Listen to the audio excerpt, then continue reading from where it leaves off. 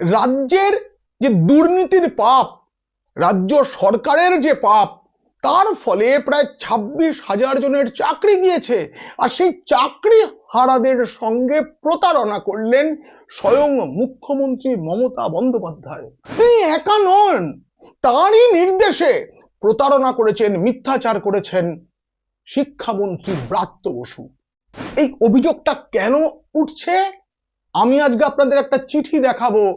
সেই চিঠিটা দেখার পর আপনারা বুঝতে পারবেন কিভাবে তাদের সঙ্গে ছেলে খেলা হয়েছে। আমি আজ সেই চিঠিটা সবার সামনে ফাঁস করব। দেখুন চিঠিটা।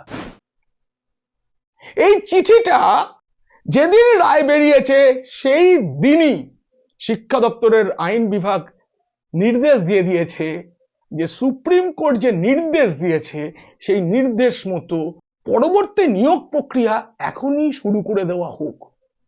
এই যে নির্দেশ দেওয়া হয়েছে এটা শিক্ষামন্ত্রী ব্রাত্য বসু জানতেন না, বলা যাবে না।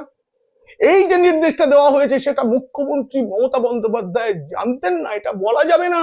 পরবর্তী নিয়োগের জন্য নির্দেশটা দিয়ে দেওয়া হলো, তাহলে লোক দেখানো বৈঠকটা কেন হলো? কেন অনশনে বসতে চাওয়া এই চাকরি হারাদের সঙ্গে শিক্ষামন্ত্রী এত দীর্ঘ সময় ধরে বৈঠক করলেন, করে আবার প্রতিশ্রুতি দিলেন? এই নিয়ে গোটা ভিডিওটি দেখতে হলে নিচে ডেসক্রিপশনে থাকা লিংকে ক্লিক করুন। আর যদি ভালো লাগে তবে অবশ্যই সাবস্ক্রাইব করুন পিনাক কি বলছে।